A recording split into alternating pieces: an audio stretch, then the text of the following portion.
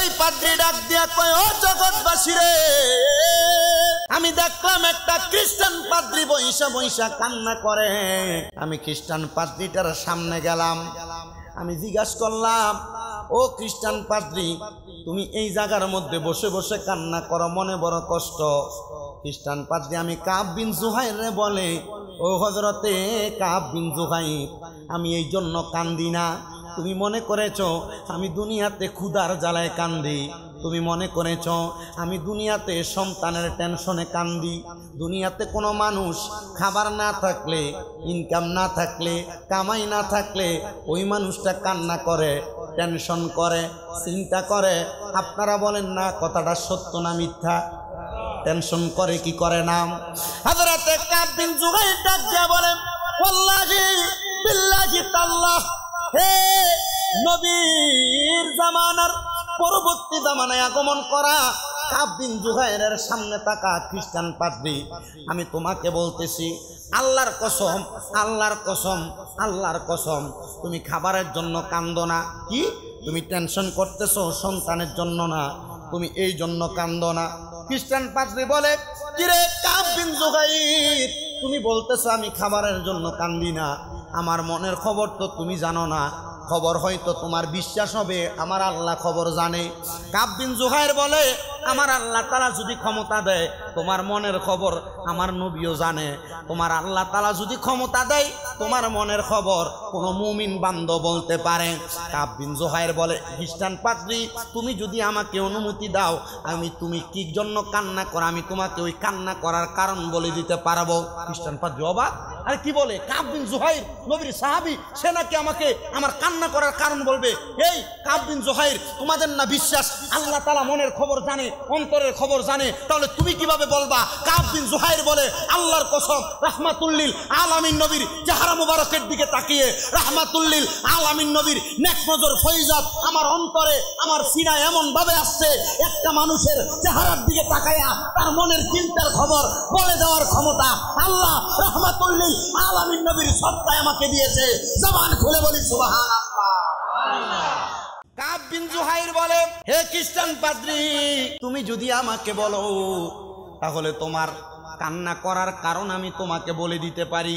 খ্রিস্টান পাদ্রী অবাক হয়ে গেলেন, কি বলে? তুমি কিভাবে বলবা? হ্যাঁ বলতেছি, আপনারা শুনতে চান? এবার ওই খ্রিস্টান পাদ্রী কাব বিন জুহাইরকে ডাক দিয়া বলে, নবীর সাহাবী, আপনি বললেন আমার কান্না করার কারণ বলে দিবেন, আপনার মনে না বিশ্বাস, আল্লাহ ছাড়া কেউ মনের কথা বলতে পারে না।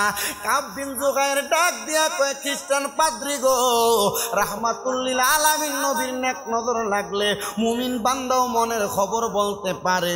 এবার কাব বিন জুহাইর কয়, খ্রিস্টান, তুমি কি তাওরাত কিতাব পড়েছো?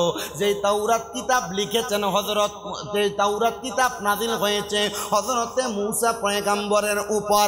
ওই খ্রিস্টান ডাক দিয়া কয়, নাম, হ্যাঁ আমি অবশ্যই ওই তাওরাত কিতাব পড়েছি। ও খ্রিস্টান পাদ্রী গো, তুমি তাওরাত কিতাবের মধ্যে পড়েছো আল্লাহ তাআলা দুনিয়ার জমিনের মধ্যে এমন কিছু উম্মত প্রেরণ করবে, যেই উম্মতেরা দুনিয়ার জমিনের মধ্যে সূর্য দেখে তাদের নামাজের সময় নির্ধারণ। মনোযোগ দেন, হযরত কাব বিন জুহাইর ঘোষণা করতেছে, খ্রিস্টান পাদ্রী, তুমি তাওরাত কিতাবের মধ্যে এমন একজন উম্মতের কথা শুনেছো, এমন একদল উম্মতের কথা শুনেছো, যেই উম্মত সূর্যের আলো দেখে দেখে নামাজের ওয়াক্ত নির্ধারণ করবে।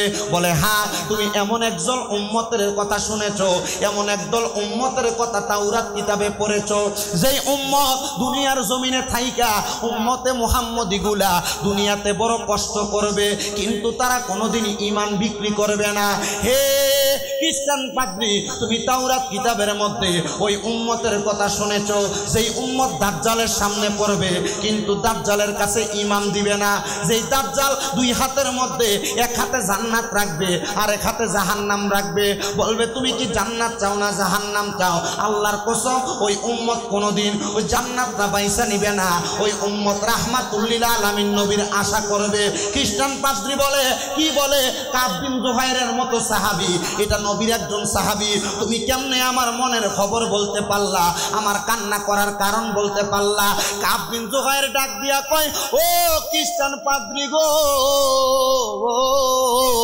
তুমি এই খবরটা শুই না মনে মনে চিন্তা করলা ওই উম্মত আবার কারা যারা জান্নাত সামনে পায়া জান্নাত নিবে না? ওই উম্মত আবার কারা যারা সূর্য দেইকা দেইকা নামাজ পড়বে? ওই উম্মত কারা যারা দুনিয়াতে দাজ্জালের সঙ্গে যুদ্ধ করবে? উনি ডাক দিয়া কই, ওই উম্মত আর কেউ না রে, ওই উম্মত হইল আখির জামানার পয়গম্বর মুহাম্মাদুর রাসূলুল্লাহ সাল্লাল্লাহু আলাইহি ওয়াসাল্লাম নবীর উম্মত। খ্রিস্টান পাদ্রী বলে, আমি কি ওই নবীর উম্মত হইতে পারবো? পাদ্রীর এই জবাব শুনে কাব বিন জুহাইর বলে, তোমার কান্না করার কারণ শেষ হয় নাই। কি? তোমার কান্না করার কারণ শেষ হয় নাই? বলে কি বলো? বলে হ্যাঁ। হে খ্রিস্টান পাদ্রী, তুমি আরো একটা কারণে কান্না করেছো। বলে কি? তুমি কি তাওরাত কিতাবের মধ্যে পড়েছো? বলে কি পড়বো? দুনিয়াতে আখিরি জামানার মধ্যে এমন কিছু উম্মত আসবে যেই নবীর উম্মতের কারণে তোমার মুসা নবীকে আল্লাহ বানাইছেন। যেই নবীর উম্মত দুনিয়ার জমিনের মধ্যে বেঁচে থাকা অবস্থায় ওই মুসা নবীকে স্মরণ করবে, কিন্তু ওই মুসা নবীকে 1000 বার স্মরণ করলে আল্লাহ যেই সওয়াব উম্মতের আমল নামায় দিবে, মুসা নবীকে আল্লাহ যেই নবীর কারণে বানাইছেন ওই নবীর নাম মুবারক একবার জবানে নিলে আল্লাহ তাআলা সমস্ত নবীগণের নাম জবানে নেওয়ার সওয়াব দান করবে। পাদ্রী বলে, আমি তো এটাই চিন্তা করতেছি। পাদ্রী কি বলে? আমি এটাই চিন্তা করতেছি। হযরত কাব বিন জুহাইর বলে, জগতের মানুষ শোনো রে, আমি যখন খ্রিস্টান পাদ্রীকে এই কথা বললাম, খ্রিস্টান পাদ্রী অবাক হয়ে গেল। খ্রিস্টান পাদ্রী আমাকে আবার জবাব দেয়, আমি ওই নবীর উম্মত হতে চাই। এবার হযরতে কাব বিন জুহাইর বলে, ওগো খ্রিস্টান পাদ্রী, তোমার কান্না করার কারণ এখনো শেষ হয় নাই। বলে কি বলো? হা হা হা, এখনো তোমার কান্না করার কারণ শেষ হয় নাই। খ্রিস্টান পাদ্রী বলে, কি বলো? বলে হ্যাঁ শোনো, তুমি আরো একটা কারণে কান্না করেছো। ওই কারণ অন্য কোনো কারণ না। আমি কাব বিন জুহাইর ঘোষণা করলাম, রাহমাতুল লিল আলামিন নবীকে তুমি পাদ্রী যদি তোমার চোখ দ্বারা দেখতে পাইতা, তোমার কলিজা শীতল হইতো, তোমার অন্তর শীতল হইতো। হে খ্রিস্টান পাদ্রী, তুমি কি ওই রহমতের নবীকে দেখার জন্য কান্না করতেছো? খ্রিস্টান পাদ্রী বলে, হ্যাঁ অবশ্যই আমি ওই নবীকে দেখার জন্য কান্না করি। কাব বিন জুহাইর বলে, ওয়াল্লাহি বিল্লাহি তাআলা, আল্লাহর কসম করে বলি, তুমি যদি এই মুহূর্তে মুহাম্মাদুর রাসূলুল্লাহ সাল্লাল্লাহু আলাইহি ওয়াসাল্লামের কালিমে তাইয়্যিবা লা ইলাহা ইল্লাল্লাহু মুহাম্মাদুর রাসূলুল্লাহ সাল্লাল্লাহু আলাইহি ওয়াসাল্লাম ওই কালিমা শরীফ তুমি তোমার জবান দ্বারা পড়ো, আল্লাহর কসম ও খ্রিস্টান পাদ্রী তুমি ওই নবীকে দেখতে পাইবা। কিতাব প্রমাণ করে, তারিখুদ দামেস্কের মধ্যে হযরতে কাব বিন জুহাইরের হাদিসটাকে বর্ণনা করতেছে। তারিখুদ দামেস্কের লেখক উনি বলতেছে, কাব বিন জুহাইরের জবানের সাথে জবান মিলাইয়া ওই কাফেরটা, ওই পাদ্রীটা ইসলাম ধর্ম গ্রহণ করেছে। গ্রহণ করার সাথে সাথে ওই পাদ্রীটা মাথাটা ঘুরান দিয়ে কাব বিন জুহাইরের সামনে পড়ে গেছে। কাব বিন জুহাইরের সামনে পইরা হঠাৎ করে মুস্কি মুস্কি ঘুমের মধ্যে ওই খ্রিস্টান পাদ্রীটা হাসতেছে। কাব বিন জুহাইর বলে, এ খ্রিস্টান পাদ্রী, এখন তো তোমার হাসার কোনো কথা না, এখন কেন হাসতেছ? খ্রিস্টান পাদ্রীটা মুসলমান হওয়ার পরে, কালিমা পড়ার পরে উনি যখন বেহুশ হয়ে গেলেন, কাব বিন জুহাইরকে বেহুশ থেকে উইটা জবাব দেয়, হে নবীর কলিজার টুকরা সাহাবী হযরতে কাব বিন জুহাইর, আল্লাহর কসম আমি যখন মাথা ঘুরাম দিয়ে তোমার কদমের সামনে পড়ে গেলাম, আমি দেখলাম আমার সামনে রাহমাতুল লিল আলামিন নবী সশরীরে হাজির হয়ে গেছে। একজন খ্রিস্টান পাদ্রী যদি কালিমা পড়ে মুসলমান হওয়ার পরে রাহমাতুল লিল আলামিন নবীকে দেখার জন্য খ্রিস্টান থাকা অবস্থায় কাকুতি মিনতি করে, আজকে এই কমল মুন্সির হাটের কাঁচা বাজারের রেল স্টেশন সংলগ্ন ময়দান থেকে আমরা যদি এই পটিয়ার আশেকের রসুলরা মিলাদুন নবীর মাহফিলে বসে নবী দেখার এরাদা করি, মরণের আগে নবীজি একবার আমাদেরকে দেখা দিতে পারে কি পারে না? বলেন না পারে কি পারেন না? আরো জোরে বলেন না পারে কি? আশেক বলতেছে, দেখা দাও রাসূলুল্লাহ ডাকে আসে কো তোমার দেখা দাও রাসূল ডাকে আসে কো তোমার আমি ডেকে ডেকে হই গো সারা কি উপায় হবে আমার আমি কেঁদে কেঁদে হই গো সারা ডেকে নাও রোজা তোমার দুই সাথীকে পাশে নিয়ে ঘুমিয়ে আছো নিজুম নিরালায় বলেন না দুই সাথীকে পাশে নিয়ে ঘুমিয়ে আছো নিজুম নিরালায় সারা দাও রাসূলুল্লাহ ডাকে হাসে কো তোমার সারা দাও ডাকে আসে কো নবীর উম্মতের দল মাঝে মাঝে একা একা বসে বসে চিন্তা করি কত ইহুদিরা মদিনা শরীফে রাহমাতুল্লিল আলামিন নবীরে দেখছে খ্রিস্টান হইয়া মুসলমান হওয়ার সাথে সাথে আমার নবীজিকে দেখছে গত মাসের 24 তারিখ থেকে 31 তারিখ পর্যন্ত 5 ওয়াক্ত নামাজ মদিনা শরীফের মসজিদে নববীর মধ্যে নবীজির রওজা মুবারককে সামনে রেখে রেখে আদায় করেছি নামাজের পরবর্তী সময়ে নবীজির রওজা মুবারকের মসজিদে নববী থেকে বের হয়ে বাবু সালাম দিয়ে আল্লাহর হাবিবের রওজা মুবারকের দিকে যখন ঢুকতাম নবীজির রওজা মুবারককে যখন সালাম দিতাম আমি শুধু রাহমাতুল্লিল আলামিন নবীর রওজা মুবারকের দিকে তাকিয়ে তাকিয়ে বলতাম ইয়া রাসূলুল্লাহ নবীজি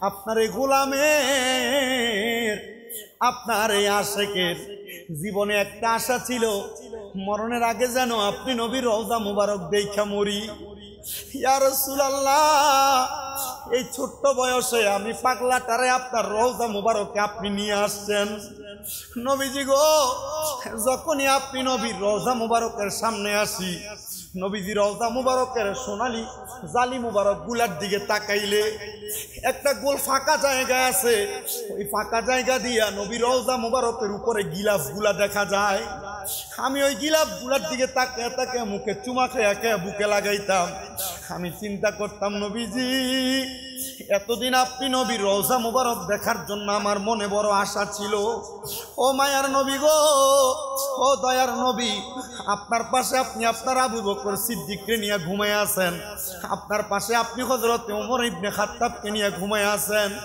নবীজি গো একটাবার কি আশিকরা আপনি মরণের আগে দেখা দিবেন না আমি শুধু চিন্তা করতাম ইয়া রাসূলুল্লাহ ইয়া হাবিবাল্লাহ আপনাকে বারবার দেখতে চাই ও নবীর উম্মতের দল নবীর রওজা মুবারকের সামনে দিয়া সামনের দিকে যখন হাঁটতে যাই বের হওয়ার সময় আমি তাকে দেখি নবীর রওজা মুবারকের সামনে দিয়ে যত আশিকরা হেঁটে হেঁটে যায় মুখে কথা বলতেছে মুস্কি হাসতেছে কেউ জোরে জোরে হাসতেছে কিন্তু আমি তাকে দেখি তাদের চোখগুলা বেয়া বেয়া পানি পড়তেছে অনেকের চোখগুলা লাল হয়ে আছে আমি চিন্তা করলাম কেন জানি তারা কান্দে হঠাৎ করে মনে হইল আমার একজন উস্তাদ আছে মাওলানা শহীদুল্লাহ হুজুর হজের মুআল্লিম উনি আমাকে বলছে শামীম যেদিন তুমি মদিনা শরীফ যাইবা নবীজির বাবু সালাম দিয়া রওজা মুবারকের দিকে যখন ঢুকবা দেখবা নিজেও জানো না মনের অজান্তে চোখগুলা দিয়া বেয়া বেয়া পানি পড়ে আল্লাহর কসম মানুষের চোখগুলার দিকে চাইতেছি মনে মনে আর এই চিন্তা করতেছি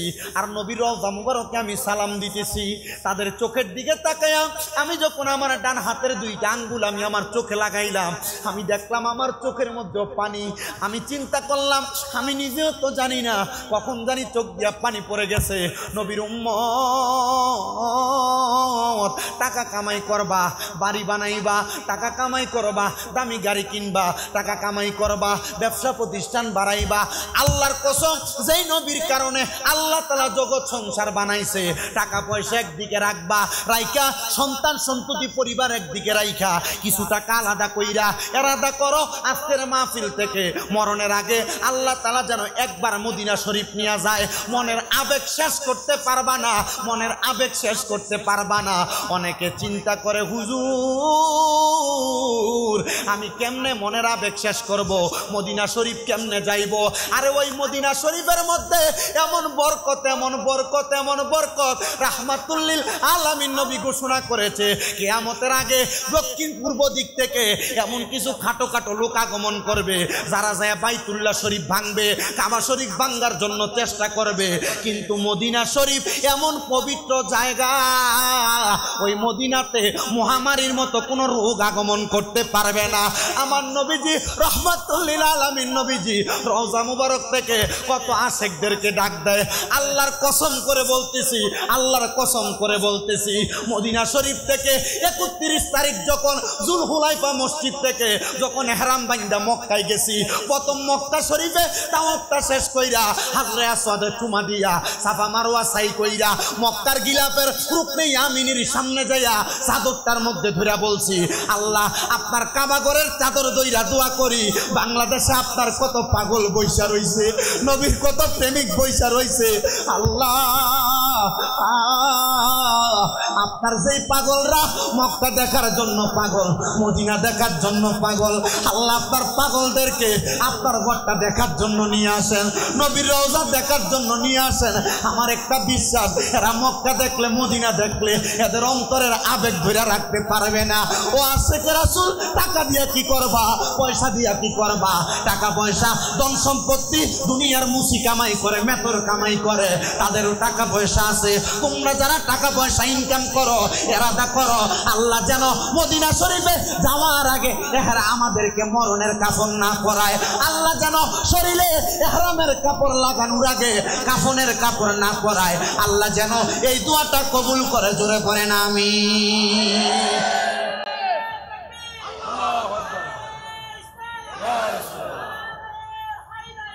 ইয়া আলী, ইয়া গাউসুল আজম, জিন্দাবাদ।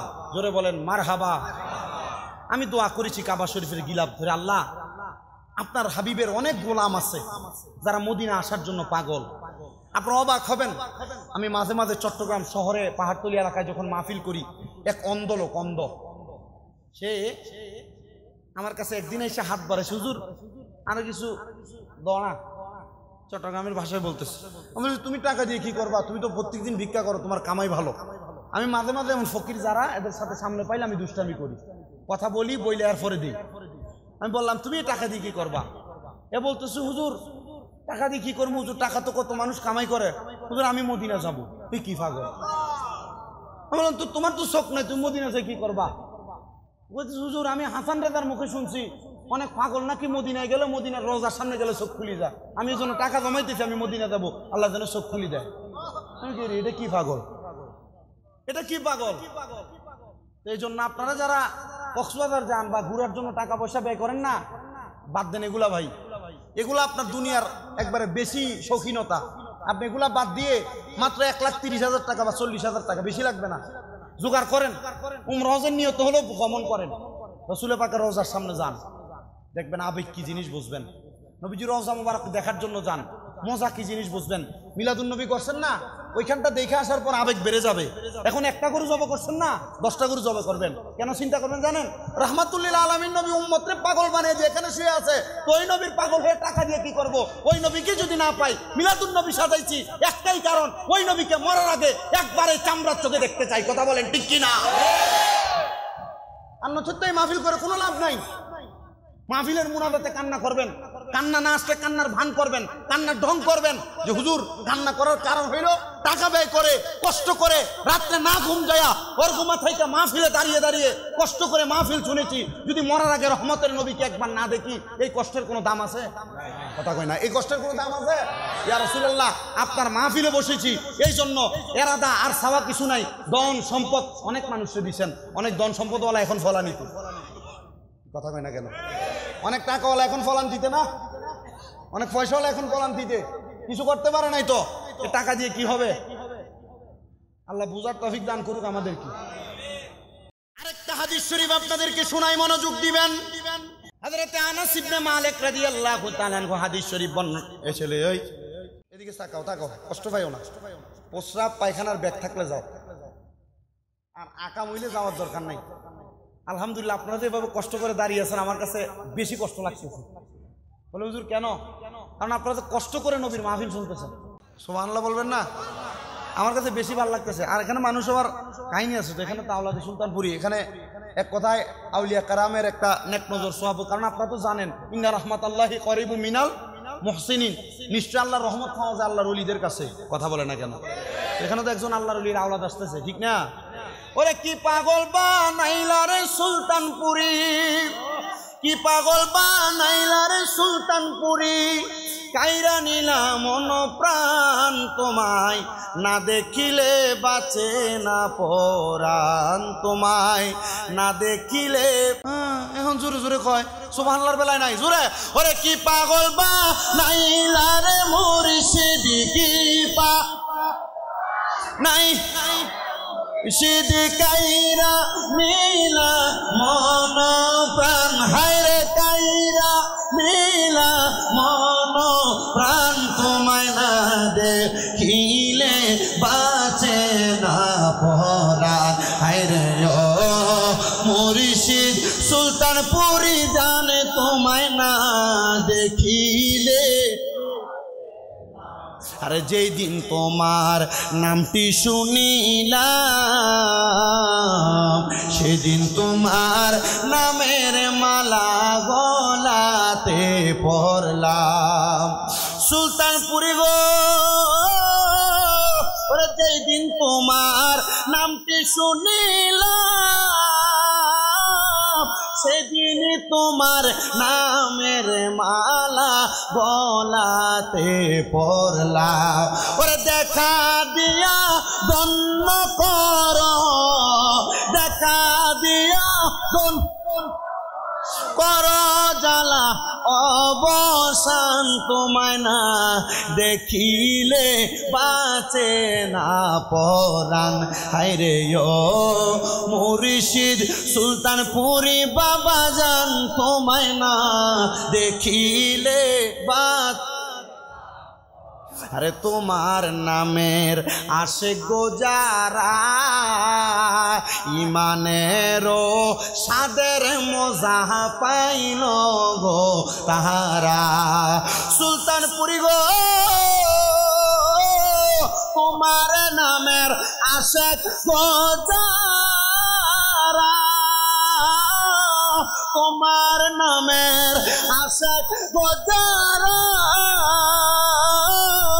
তোমার নামের ইমানেরও সাদের মালা পরিল তারা। হায়রে দিদার দিয়া ধন্য কর, দিদার দিয়া ধন্য কর, কর জ্বালা অবসান তোমায় না দেখিলে বাঁচে না পরাণ। বলেন মুর্শিদ সুলতানপুরি বাবা জানে তোমায় না দেখিলে বাঁচে না পরাণ। একটা জবান বন্ধ রাখবেন না, চিৎকার মেরে বলেন ইয়া ওলি আল্লাহ। এ বন্ধুরে নবীর উম্মতের দল সুলতানপুরি দরবারে ছাড়াও অনেক আশিক রাসূল অনেক দরবারের বায়াত আছে। আমি সুলতানপুরীর নাম নিয়েছি, তুমি ওই জায়গায় তুমি তোমার মুর্শিদের নামটা বসায়া অন্তরে অন্তরে চিন্তা করো, মুর্শিদের সুরতে রাহমাতুল লিল আলামিন নবীরে দেখতে পাইবা। বন্ধুরে, নবীর উম্মতের দল যেই কথাটা বলতেছিলাম ওই হাদিস শরীফের দিকে যাই। হযরতে আনাস ইবনে মালিক রাদিয়াল্লাহু তাআলা আনহু থেকে হাদিস বর্ণিত, তিনি বলেন আমি মসজিদে নববীর মধ্যে রিয়াজুল জান্নার মধ্যে বসা। কোথায় বসা? মদিনা শরীফের রওজা মুবারক, পাশে রিয়াজুল জান্নাহ, পাশে নবীজির মিম্বর। এই মিম্বর এবং নবীজির রওজা মুবারক এর মাঝখানে তিনটা গাছ। কয়টা? কন্যা কয়টা? আহাদা, উস্তুনে আয়েশা, উস্তুনে হান্নানা। এখন আর গাছ নাই। তুর্কিরা যখন শাসন করছে সৌদি আরব, তখন এই তিনটা গাছের সাইড দিয়ে বড় বড় মোটা মোটা ফিলার করে ফেলছে।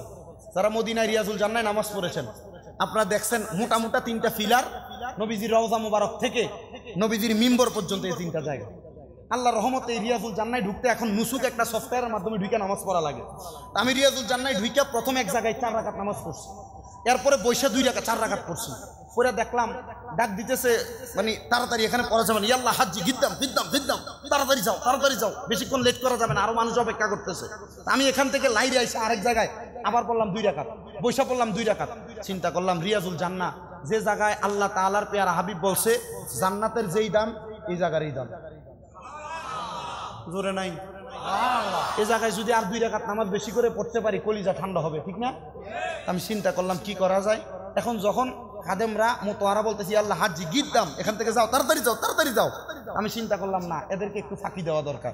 রিয়াজুল জান্নাহ থেকে একটু আসছি, সামনের দিকে আইসা নবীজির যে মিম্বর আছে নবী খুতবা দিতেন, মিম্বরে সিফাই ঢুকে গেছি। মানে যে মিম্বরে দাঁড়িয়ে নবীজি খুতবা দিতেন ঢুকে এখানে আল্লাহু আকবার। আমার সঙ্গে আমার এক বাবা ছিলেন লন্ডনে, মনচেস্টারে থাকে, উনি আমাকে ছেলে ডাকছেন। তা আমি এখান দিয়ে নামাজ পড়তেছি আর উনি ওই মোতোয়ার সাথে কথা বলতেছে, মানে ওনার কথা হলে আমি কথা বলি, সে 2 রাকাত নামাজ বেশি করে পড়ে। এই নবীজির রওজা মুবারক থেকে নবীজির মিম্বর পর্যন্ত তিনটা ফিলার। কয়টা? এই তিনটা গাছ, উস্তুনে আহাদা, উস্তুনে আয়েশা, উস্তুনে হান্নানা।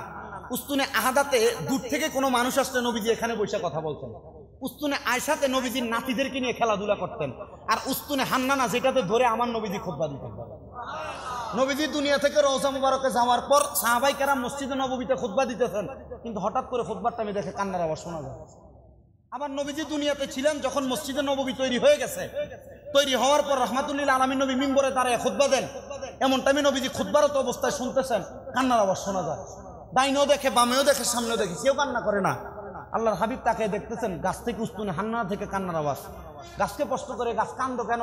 গাছ উত্তর দেয়, ইয়া রাসূলুল্লাহ, এতদিন আমি মরা গাছকে ধরে ধরে আপনি খুতবা দিছেন, আমার তো শান্তি লাগছে, আজকে তো আপনি এমনি খুতবা দিতেছেন, ইয়া রাসূলুল্লাহ আমার কাছে খুব কষ্ট লাগতেছে। আল্লাহর হাবিব সাল্লাল্লাহু আলাইহি সাল্লামের সাহাবায়ে কেরাম বলে আমরা তাকে দেখলাম রাহমাতুল লিল আলামিন নবীর সাথে একটা গাছ কথা বলতেছে।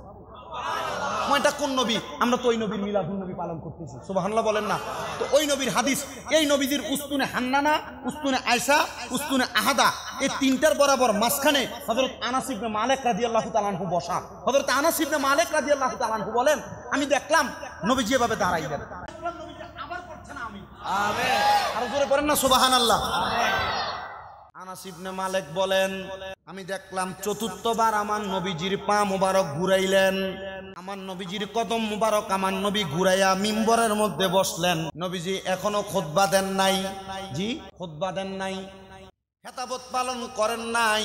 হযরত আনাস ইবনে মালিক বলে, আমি আমার নবীকে প্রশ্ন করলাম, ইয়া রাসূলুল্লাহ, ইয়া হাবিবাল্লাহ, নবী গো বেয়াদবি ক্ষমা করবেন, আমাদের পিতামাতা আপনি নবীর কদম মুবারকে কুরবান। আগে কাদেরকে নবীর কদমে দিছে? মা বাপরে, বলেন না কাদেরকে? আপনাকে প্রশ্ন করবে, হুজুর বর্তমান জামানায় যে ফির ধরে সাহাবীরা কারে ফির মানছে? এই যে দলিল, সাহাবীরা আমার নবীর সাথে বড় ফির আছে? নবীর সাথে বড় ফির আছে? কেউ নাই পৃথিবীতে। ইয়া রাসূলুল্লাহ, ইয়া হাবিবাল্লাহ, নবী গো আপনার সাহাবীরা আপনি নবীরে মানছে, তো আমরা তো আপনি নবীরে দেখি নাই। দেখছি না? দেখি নাই। আমার নবী কয়, আল উলামাউ ওয়ারাসাতুল আম্বিয়া, ওলামায়ে কেরাম নবীদের ওয়ারিস। তো পীর যিনি হবেন উনি আলেম হওয়া শর্ত, কথা কয় না? ঠিক। পীর যিনি হবে আলেম হওয়া সত্য, ওলি যিনি হবে আলেম হওয়া সত্য না। ওলি হওয়ার জন্য কি হওয়া সত্য না? আলেম হওয়া সত্য না। পীর হওয়ার জন্য কি সত্য? আলেম হওয়া সত্য। আসেন বাবাজিরা, বন্ধুরা, আনাস ইবনে মালিক বলেন, আমার নবী এখনো খুতবা দেন নাই। আমি আমার দয়াল নবীকে প্রশ্ন করলাম, ইয়া রাসূলুল্লাহ, মা বাবা আপনার কদমে কোরবান। হে সুন্নি মুসলমানেরা, পীর ধরছেন তো ধরছেন, আম্মা আব্বারে পীরের কদমে কোরবান করেন। বলে হুজুর কেন? মা বাবার কি খেদমত লাগবে না? লাগবে।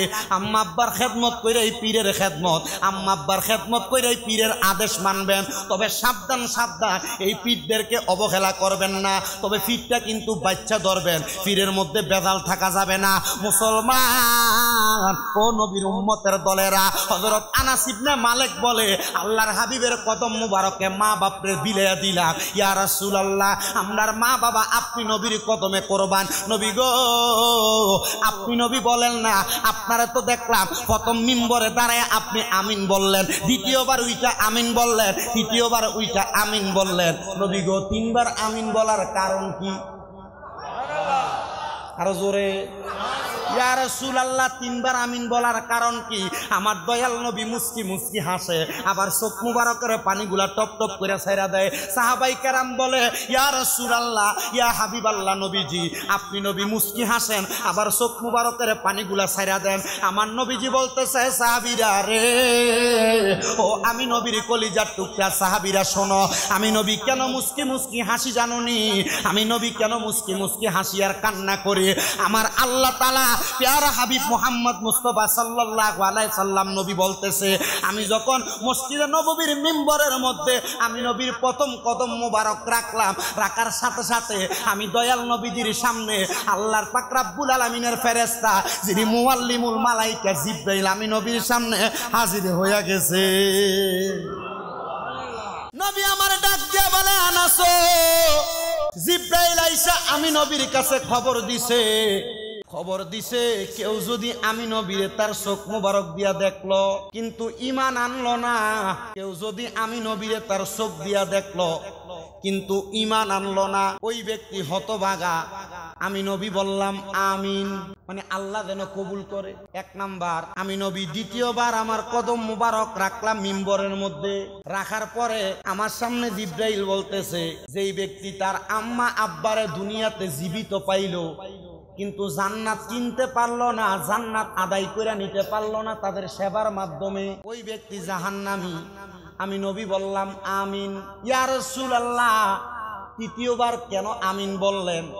আমার নবী বলেন, জিবরাইল আমি নবীরে বলল, ইয়া রাসূলুল্লাহ, ইয়া হাবিবাল্লাহ, নবীজি আপনার এমন অনেক উম্মত যারা দুনিয়াতে যাদের সামনে আপনি নবীর নাম মুবারক উচ্চারণ হইল, তারা আপনি নবীর উপরে দুরূদ শরীফ পড়ল না। জি, দুরূদ শরীফ পড়ল না, সেই ব্যক্তিকে আমার আল্লাহ তাআলা জাহান্নামী বলছে। নবী কয় আমিন। হে আমার চট্টগ্রামের পটিয়ার বাবারা, সারা বাংলাদেশে নবীর বারে রবিউল আউয়ালে মিলাদুন নবীর জুলুস হইছে। জুলুসের মধ্যে আশিকে রাসূলরা আসসালাতু ওয়াসসালামু আলাইকা ইয়া রাসূলুল্লাহ বলছেননি? সারা পৃথিবীতে সারা বাংলাদেশের মধ্যে জশ্নে জুলুস হইছে। নবীর আশিকে রাসূলরা জুলুসের মধ্যে আল্লাহর নবীকে সরকার কিয়ামত মারহাবা বলছে, হুজুর কিয়ামত মারহাবা বলছে। নবীর আশিকেরা নবীরে সালাম দিছে, গান বাজনা করে নাই, ডিজে পার্টির কনসার্ট করে নাই, নবীর দুরূদ শরীফ আদায় করছে। কিছু কুলাঙ্গার দেখা গেছে যারা মিলাদুন নবীর জুলুসে হামলা কইরা ওই আশেকদের উপর আঘাত করছে। আল্লাহর কসম, ওই আশেকদের উপর আঘাত কইরা ওই কুলাঙ্গাররা নবীর দুরূদের বিরোধিতার বহিঃপ্রকাশ করছে। আমি ডাইরেক্টলি কারোর বিরোধিতা করি না, কারণ নাম ধরেও বলি না।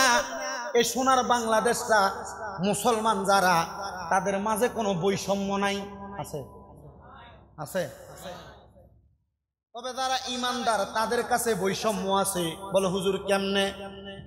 ইমানদারের কাছে বৈষম্য হলো, ইমানদারের কাছে ইমানের প্রশ্ন কেউ যদি তোলে, কেউ যদি মুসলমান দাবি করে কুফরি করে, তাহলে তার সঙ্গে তার সম্পর্ক নাই।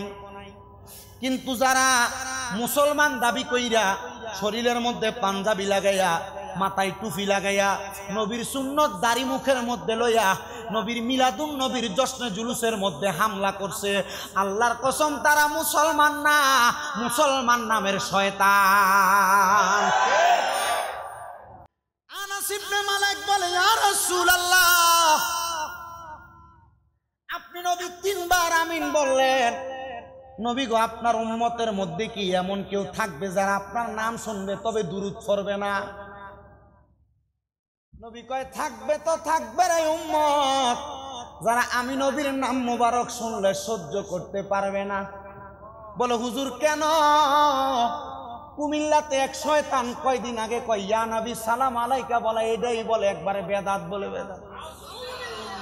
আমি চিন্তা করলাম বেদ্যবের জ্ঞান কতটুক। ইয়া নবী সালাম আলাইকা, নবীকে ইয়া নবী বলে ডাকলে বলে বেয়াদবি হয়। এ বেদ্যব মিজান মুন সাহেবের নরমাল ছোট্ট কাদাটাও জানে না।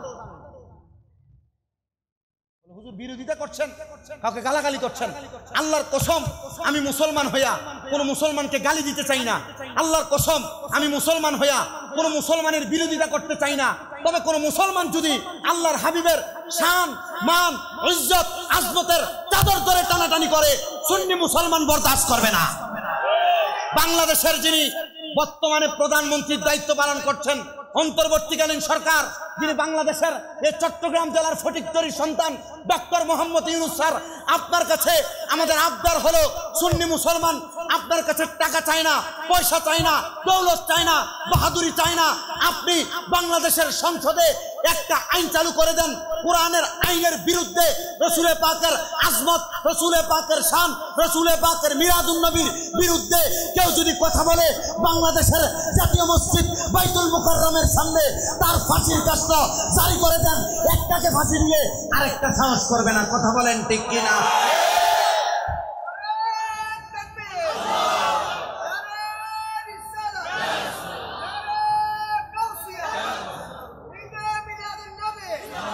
আমি আজকে এই পটিয়া, চট্টগ্রামের পটিয়া কমল মুন্সির হাত থেকে আপনারা যারা নবীর প্রেমিক আশিক রাসূলরা আছেন, আপনাদেরকে একসাথে নিয়ে বাংলাদেশের প্রশাসনের দায়িত্বে যারা আছে তাদেরকে আমরা বলিষ্ঠ কণ্ঠে আওয়াজ করে বলে দিতে চাই, সুন্নিরা উগ্র নয়, সুন্নিরা জঙ্গিবাদে বিশ্বাসী নয়, সুন্নিরা মারামারি হানাহানি কাটাকাটিতে বিশ্বাসী নয়।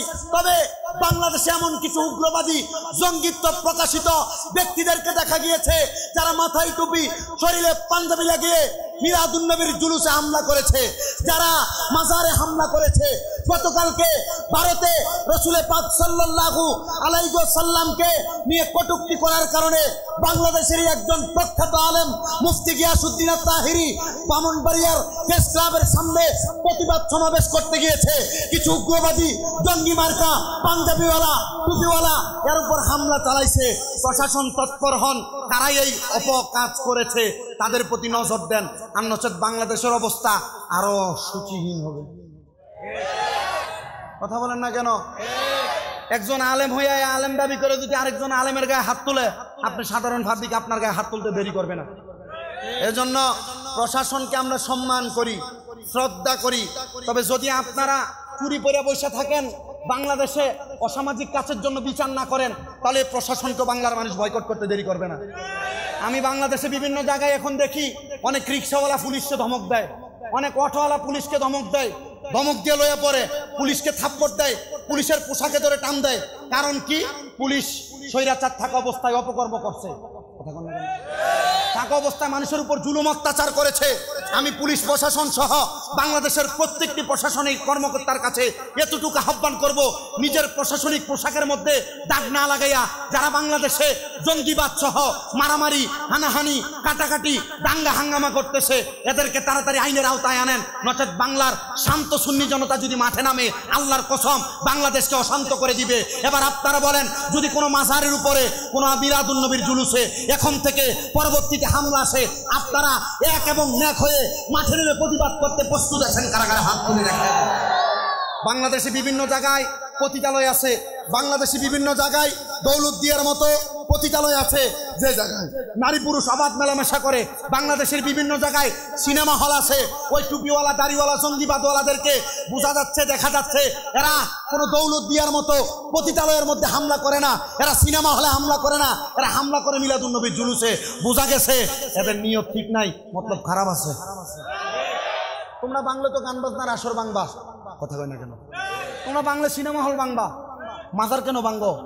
চিন্তা করতেছে, কারণ মাজার যদি না ভাঙ্গে আমার ব্যবসা সাঙ্গ হবে না, কথা কয় না কেন? আসলে এরা মুসলমানের পোশাক লাগাইছে। এজন্য মাওলানা সেলিম দিয়া হুজুর একটা গজল লাগছে, এই সমাজে আছে কিছু মানুষ রূপে হনুমান, কমেলুতে রব্বাস নাকি তাদের কাছে বিদ্যমান, দেখতে লাগে বান্দরের মতো। আছে না? এই কথা বলেন, আছে না? আছে তো।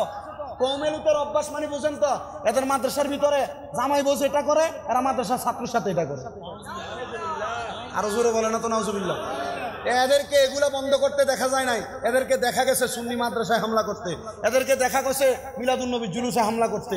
এখন আপনারা বলেন আসলে কি এরা কি ইসলাম ঠিক করতেছে না এদের স্বার্থ বাঁচাইতেছে? তা আমাদের কত হইলো, আপনাদের সাথে আমাদের দ্বন্দ্ব নাই, মৌলিক বিষয় নিয়ে দ্বন্দ্ব, ঠিক না? মৌলিক বিষয়। আমরা মিলাদ কিয়াম করি, আপনারা করেন না। আমরা নবীকে নূর মানি, আপনি মানেন না।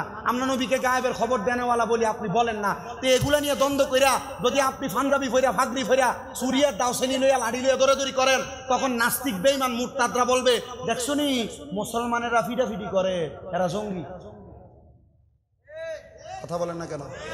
তাহলে আমরা এগুলা বর্জন করার দরকার আছে না নাই? কথা বলেন, দরকার আছে না নাই? আল্লাহ আমাদেরকে এগুলা বর্জন করে চলার তৌফিক দান করুক। আরো জোরে বলেন না আমিন। সবাই দুরূদ শরীফ পড়েন।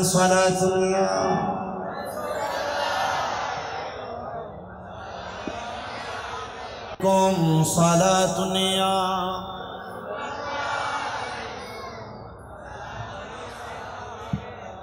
জামালে আশিকা বাশাদ মুহাম্মদ খেয়ালে বরা বাশাদ আহমদ সালাতুনিয়া।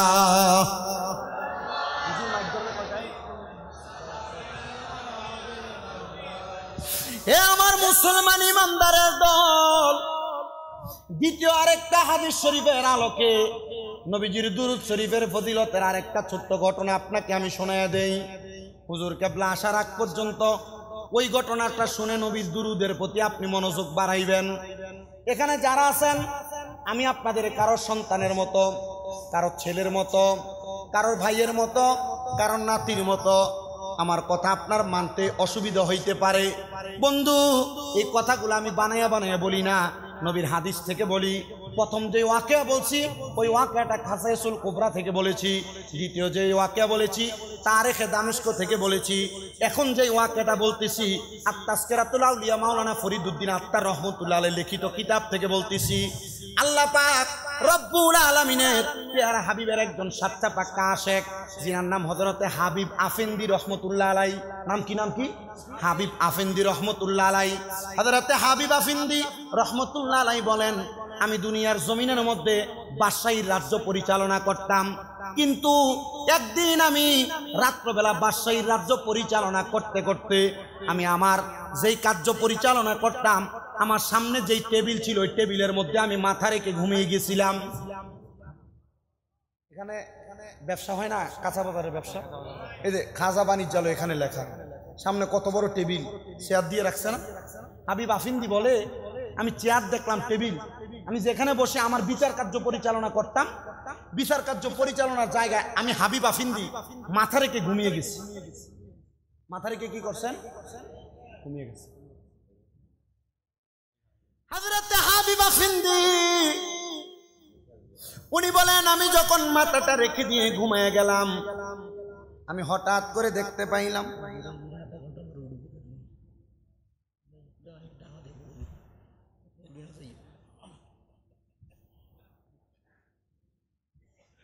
সালাতুনিয়া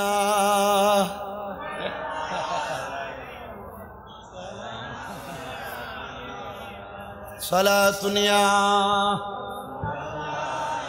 আগলা। আমাকে আরো আধা ঘন্টা ওয়াজ করতে হবে, আপনার অসুবিধা হবে? ওয়াজ শুনবেন তো ইনশাল্লাহ কষ্ট করে। অনেকে চিন্তা করতেছে বিরিয়ানির ফুলটা এই মেম্বার বিরিয়ানি খেয়েছেন না আপনি? এই মেম্বার হোটেল এটা বিরিয়ানি হুজুর আপনি তো খাইছেন। সঞ্চালক হুজুর, ও সঞ্চালক হুজুর, HM জিহান হুজুর, এই জিহান, ও জিহান হুজুর, আপনি বিরিয়ানি খাইছেন না? মজা হয়েছে না ভাইয়া? গোস্ত বেশি আছে না? আপনি এখানে না? আরে আমি যাইতে নিমুতো ফুলটা। আচ্ছা কবির ভাই আমার বিরিয়ানি দিবেন না যাইতে? দিবে মানে আমি এটা এই জন্য বলছি আর কি যে বিরিয়ানি মজা হয়েছে না? বেশি মজা ভাইয়া চলে আসছে। নারে তাকবীর, নারে তাকবীর, নারে রিসালাত, নারে গাউসিয়া, আওলাদে হাসনাইন ইমামে তরিকত শাহ সুফি সৈয়দ আবুল মাকসুম মোহাম্মদ মুতাসিম বিল্লাহ সম্পদ সুলতানপুরি হুজুর কেবলার আগমন। এই মাহফিলের পক্ষ থেকে জোরে বলি মারহাবা, জবান খুলে বলি মারহাবা। আজকের মাহফিলের যিনি মেহমানে আলা হুজুর কেবলা আলম হুজুর এসে উপস্থিত হয়েছেন, আপনাদেরকে নিয়ে মূল্যবান তকরির করবেন। আল্লাহ তাআলা হুজুরের বরকতে আমাদেরকে আরেকটু বসার তৌফিক দান করুন। কবির ভাই কি হুজুরকে বসায় রেখে ওয়াজ করতে বলছেন আপনি? না, হুজুরকে বসায় রেখে ওয়াজ করা যাবে না। হুজুর আপনাকে বসায় রেখে তো আমার পক্ষে ওয়াজ করা সম্ভব না। শুধু ওই হযরতে হাবিব আফিন্দি রহমতুল্লাহ আলাইহি শুধু একটু ওয়াকিয়া বলে দিচ্ছি, হুজুর যদি আমাকে দোয়া করেন। আপনাদের কষ্ট হবে না তো? অসুবিধা নাই তো? তো মুহাব্বতে শুধু দুরূদ শরীফ পড়েন, আল্লাহুম্মা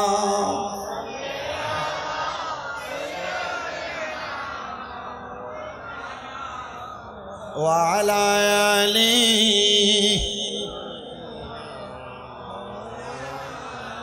ও আচ্ছা আমি ওয়াজ শুরু শেষ করার আগে একটু দাওয়াত দিই। আমার হাতে যেটা দেখছেন এটা নবী পাকের নালাইন মোবারক। এটার বড় একটা ফজিলত, কোনো মা বোনের গর্ভে সন্তান থাকলে এটা সুবাইয়ে একটু পানি খাওয়াই দিলে আল্লাহ গর্ভের ব্যথা কমাইয়া দেয়। ঘরের মধ্যে দোকানের মধ্যে রাখতে বরকত হয়। আমার ছেলেটা আনছেন, 50 টাকা হাদিয়া নিয়ে তার থেকে নিয়ে যাবেন। তবে সাবধান, এটা পায়ের সাথে লাগাবেন না, কোনো অপবিত্র জায়গায় রাখবেন না, এটার একটা বরকত আছে। আল্লাহ কবুল করুক। সবাই দুরূদ শরীফ পড়েন, আল্লাহুম্মা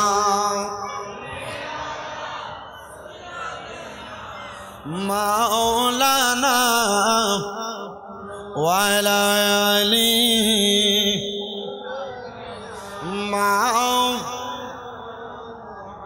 মুসলমান। যেই বয়ানটা করতেছিলাম আল্লাহর হাবিব সাল্লাল্লাহু আলাইহি সাল্লামের সাচ্চা পাক্কা আশিক রাসূল হযরতে হাবিব আফিন্দি বলে, আমি আমার বিচার কার্যের টেবিলের মধ্যে মাথা রেখে আমি ঘুমিয়ে গেলাম। এমন টাইমে আমি আমার রাজপ্রাসাদের বাহির থেকে একটু হট্টগোলের আওয়াজ শুনতে পাইলাম। আমি আমার খাদেমকে ডাক দিলাম, আমার খাদেম বাহিরে কিসের আওয়াজ শোনা যায়? হাবিব আফিন্দির খাদেম ডাক দিয়ে বলে, আরে হুজুর, বাহিরে একজন স্বর্ণকার ব্যক্তি আগমন করেছে। সে আয়েশা বলতেছে সে নাকি আপনার কাছে কোনো কিছু পাওনা আছে, আপনি তার পাওনা মিটিয়ে দেওয়ার জন্য। আমি তাকে উত্তর দিয়েছি, আমার হাবিব আফিন্দি কারোর কাছে কোনো পাওনা রাখেন না, সে সব সময় তাদের পাওনা মিটিয়ে দেন। হুজুর, সে বারবার আমাকে বলতেছে আপনার কাছে পাওনা। হাবিব আফিন্দি বলে, আমি তাকে বললাম, যাও, যে স্বর্ণকার আমার কাছে কোনো কিছু পাওনা সে তার জবান দিয়ে বলতেছে, তুমি তাকে আমার কাছে পাঠিয়ে দাও। কারণ আমি আল্লাহর কোরআন থেকে পড়েছি, আল্লাহ তাআলা বলেছেন, লা ইউকাল্লিফুল্লাহু নাফসান ইল্লা উসআহা। আল্লাহ তাআলা কারো সাধ্যের বাহিরে কোনো কিছু তার উপরে চাপাইয়া দেন না। যাও খাদেম, যেই স্বর্ণকার আমার কাছে কোনো কিছু পাওনা তাকে আমার কাছে পাঠিয়ে দাও। স্বর্ণকার সামনে চলে আসলেন, জিজ্ঞাসা করতেছে হযরতে হাবিব আফিন্দি, এ স্বর্ণকার, তুমি নাকি আমার খাদেমের কাছে বলেছো তুমি আমার কাছে কোনো কিছু পাওনা আসো, কথা কি সত্য নাকি? স্বর্ণকার উত্তর দেয়, হে হাবিব আফিন্দি, আল্লাহর কসম, এটা আমি বলি নাই, আমাকে রাহমাতুল লিল আলামিন নবী শিখিয়ে দিয়েছেন। হাবিব আফিন্দি অবাক হয়ে গেলেন, কিরে হাবিব আফিন্দি, এই কথা কেন তুমি, হাবিব আফিন্দি, এই কথা তোমাকে কেন স্বর্ণকার বলল? স্বর্ণকার, আল্লাহ রাসূল তোমাকে শিখিয়ে দিয়েছেন এই কথা বলার জন্য। বুঝতে পারলাম না, বলো বলো বলো, স্বর্ণকার তোমার কারণটা বলো। স্বর্ণকার বলে, আমি অনেক দিন পর্যন্ত স্বর্ণের ব্যবসা করি, ব্যবসা করতে করতে করতে করতে আমার ব্যবসা মন্দা, ব্যবসাতে অনেক দিন পর্যন্ত ভালো বেচা কিনা হচ্ছে না, আমার বড় লস হয়ে যাচ্ছে। এমন টাইমে আমি যখন লসের শিকার হইলাম, আমি হঠাৎ করে চিন্তা করলাম আমার ধর্মের অনেক পাদ্রীর কাছে আমি যাব, কেউ আমাকে ব্যবসার মধ্যে লাভের কোনো সন্ধান দিচ্ছে না। এমন টাইমে মুসলমান একজন ব্যক্তি আমাকে বলেছে, তুমি ইসলাম ধর্ম গ্রহণ করো, আল্লাহ তাআলা ইসলামের বরকতে, রাহমাতুল্লিল আলামিন নবীর বরকতে তোমাকে বরকত দান করবে। উনি বললেন, আমি বরকতের আশায় ইসলাম কবুল করলাম, কিন্তু আমি আমার স্বর্ণের ব্যবসার মধ্যে কোনো লাভ দেখলাম না, শুধু লোকসান আর লোকসান দেখতে লাগলাম। এমন টাইমে একজন মুসলমান আলেম আমাকে বললেন, তুমি একটা নামাজ পড়ো, যেই নামাজের কথা আল্লাহ তাআলা কোরআনুল কারিমে বলেছেন। বলে, হুজুর কোন নামাজ? আল্লাহ তাআলা আমার রাসূলের উপর আয়াত নাযিল করে দেয়, ওয়া মিনাল লাইলি ফাতাহাজ্জাদ বিহি নাফিলাতাল লাকা আসা আইয়াবআসাকা রাব্বুকা মাকামাম মাহমুদা। আল্লাহ তাআলা আমার রাসূল সাল্লাল্লাহু আলাইহি সাল্লামকে বলেছেন, হাবিব, আপনি রাতের কিছু অংশে তাহাজ্জুদের নামাজ আদায় করেন, অতি সত্বর আপনি যদি তাহাজ্জুদের নামাজ আদায় করেন, আল্লাহ তাআলা আপনাকে মাকামে মাহমুদ দান করবে। এই আয়াতের কারিমা নাযিল হওয়ার পর তাফসিরে দুররে মানসুরের মধ্যে প্রমাণ করে বলতেছেন, এবং আল্লামা সানাউল্লাহ ফানিপতি রহমতুল্লাহ আলাইহি পর্যন্ত ঘোষণা করতেছেন, যখন এ আয়াত নাযিল হয়, রহমতের নবী আল্লাহর কাছে কান্না করে দোয়া করেছেন, আল্লাহ, আমি যদি তাহাজ্জুদের নামাজ পড়ি আপনি আমাকে মাকামে মাহমুদ দিবেন, কিন্তু আমার উম্মত যদি পড়ে উম্মতকে কি দিবেন? আল্লাহ ঘোষণা করেছে, আপনার কোনো উম্মত যদি বিপদে পড়ে, টেনশনে পড়ে, মুসিবতে পড়ে, তাহাজ্জুদের নামাজ পড়ে আল্লাহর কাছে কোনো কিছু চাইবে, আমার আল্লাহ তা আপনার উম্মতকে দান করবে। ওই ব্যক্তি বলেন, আমি তাহাজ্জুদের নামাজ পড়ে আমার লোকসানটা কাটায় ওঠার জন্য আমি দোয়া করতে লাগলাম। আমি দোয়া করতে করতে আমার নামাজের মুসল্লা যায় নামাজের মধ্যে ঘুমিয়ে গেলাম। হঠাৎ করে দেখলাম আমার ঘরটা একটা আলোতে ঝলমল ঝলমল করতেছে। আমি মাথা উঠাইলাম, কিন্তু আলোর এমন ফুকাস, ওই ফুকাসের কারণে আমি আমার চোখটা খুলতে পারলাম না। আস্তে আস্তে করে খুললাম, আমি দেখলাম সাদা কাপড় দ্বারা মোড়ানো, চেহারা দেখা যায় না, কাপড় ভেদ করে ওনার চেহারা নূরের তাজাল্লি আমার চোখের সাথে লাগতেছে। আমি দেখলাম কে যেন উনি। হঠাৎ করে আমি জিজ্ঞাসা করলাম, মান আংতা, কে গো আপনি, আপনার পরিচয় কি? উনি বলে, যার কাছে দোয়া করতেছো, যে আল্লাহ যেই নবীর কারণে দোয়া কবুল করে, আমি হইলাম ওই রাহমাতুল লিল আলামিন নবী। ওগো নবী, আপনি যে আমার সামনে চলে আসলেন কারণ কি? আমি তো আল্লাহর কাছে দোয়া করেছি। আমার নবীজি আমাকে ঘুমের ঘরে স্বপ্নে আইসা ঘোষণা করে দিয়ে বলে দিয়ে গেছেন, এরে স্বর্ণকার, আমি নবীর একজন আশেক আছে তোমার এলাকার বাদশা, যার নাম হাবিব আফিন্দি। সে আমি নবীর উপরে প্রত্যেক দিন দুরূদ শরীফ আদায় করে। তার কাছে যাইয়া তুমি তোমার সমস্যার কথা বলবা, যে ইয়া রাসূল, আপনার গোলাম, আপনি রাসূল সাল্লাল্লাহু আলাইহি সাল্লাম আপনার গোলামের কাছে পাঠাইছেন। হাবিব আফিন্দি বলে, তোমার সমস্যা কত? সমস্যার কথা বলবা না, আল্লাহ রাসূল তোমাকে বলেছে গোলামের কথা বলতে। বলে, হ্যাঁ। গোলামের কথা বলার সাথে সাথে হাবিব আফিন্দি তার ড্রয়ার থেকে বা পাত্র থেকে, সন্দুক থেকে একটা স্বর্ণের মুদ্রার আলাদা ভাণ্ড বের করলেন। বললেন, এ ভাণ্ড তোমার জন্য দিয়ে দিলাম। উনি বলেন, রসুল তোমাকে কি বলেছে আরেকবার বলো। বলে, রসুল বলেছে আমার গোলাম হাবিব আফিন্দিকে বলবা। বলে, পরবর্তী কোনো বাক্য ব্যবহার করবা না। রসুল বলেছে রসুলের গোলামকে বলতে। বলে, হ্যাঁ। আরেকটা স্বর্ণের পুটলি বাহির করলেন, এটাও দিয়ে দিলেন। বলে, আমার রসুল যেন তোমাকে কি বললেন? উনি বললেন, রসুল বলেছে আমার গোলাম হাবিবকে গিয়া বলবা তোমার সমস্যার কথা। উনি বললেন, এমনভাবে দিতে দিতে আমাকে স্বর্ণের 10টা পুটলা দান করব। ওই খাদেম আমার জবানটা চাপ দিয়ে ধরলেন। ওই খাদেম বলতেছে, তুমি যদি 10 বার না এই পুরো সম্পত্তি রাজপ্রাসাদ হাবিবের কাছে বলো, আমার রসুল বলেছে রসুলের গোলাম হাবিব এই কথা বললে হাবিব আফিন্দি সব সম্পদ তোমাকে দিয়ে দিবে, সম্পদের মায়া করবে না। হাবিব আফিন্দি বলে, ও আমার খাদেম, তারে তুমি আটকাইবা না, আমি মরার পরে সে যেন আমার কবরের সামনে যেও বলে দেয় আমি রসুলের গোলাম। রসুল এই কথাটা তার জবানের সাথে মিলে পরে বলে দিয়েছে। আমার রসুলের এই কথাটা যেন সে আমার কবরে সাক্ষী দেয়। বলে, কেন? কারণ আমার অন্য কোনো পরিচয় নাই, আমার পরিচয় হইল আমি রসুলে পাকের গোলাম। এবার খাদেম বলতেছে, ও হাবিব আফিন্দি, আমি আপনার এত বছর খেদমত করি, কিন্তু আপনি কেন কেন কেন রসুলের গোলাম কথাটা শোনার পর পাগল পারা হয়ে গেলেন? বলে, তাকে জিজ্ঞেস করো তার কাছে রসুল কি বলেছে। ওই স্বর্ণকার বলতেছে, আমার রসুল বলেছে এ হাবিব আফিন্দি প্রত্যেক দিন রসুলের উপর দুরূদ পড়ে, কিন্তু আজকে দুরূদ না পড়ে আমার হাবিব ঘুমাইয়া গেছে, আমার হাবিব ঘুমাইয়া গেছে। ও হাবিব আফিন্দি, আপনি কি দুরূদ না পড়ে ঘুমাইয়া গেছেন? হাবিব আফিন্দি বলে, সারাদিনের ব্যস্ততা আমাকে দুরূদ পড়া থেকে ভুলে রাখছে, আজকে দুরূদ পড়ি নাই। আমার রসুল আমাকে যেহেতু বলে দিয়েছে, আল্লাহর কসম আমি হাবিব আর কোনোদিন দুরূদ শরীফ পড়া ছাড়া ঘুমাইব না। কে আমার চট্টগ্রামের পটিয়ার নবীর প্রেমিকারা হুজুর কেবলাকে বসে রাইকা বয়ান করার মতো সাহসিকতা দেখাইতাম না, অনুমতি নিয়েছি। সর্বশেষ আপনাদের কাছে আমি কদমে হাত দিয়ে বলি, যখনই ঘুমাইতে যাবেন একবার হইল রহমতের নবীর উপরে দুরূদ পড়বেন, একবার হইল রহমতের নবীর উপরে দুরূদ পড়বেন, একবার হইল রহমতের নবীর উপরে দুরূদ পড়বেন। কারণ আমাদের বিশ্বাস রহমতের নবীর উপরে দুরূদ শরীফ পড়া ঘুমাইলে ওই ঘুমে যদি মরণ হয় রাহমাতুল লিল আলামিন নবীর দিদার আমাদের পাওয়া লাগবে।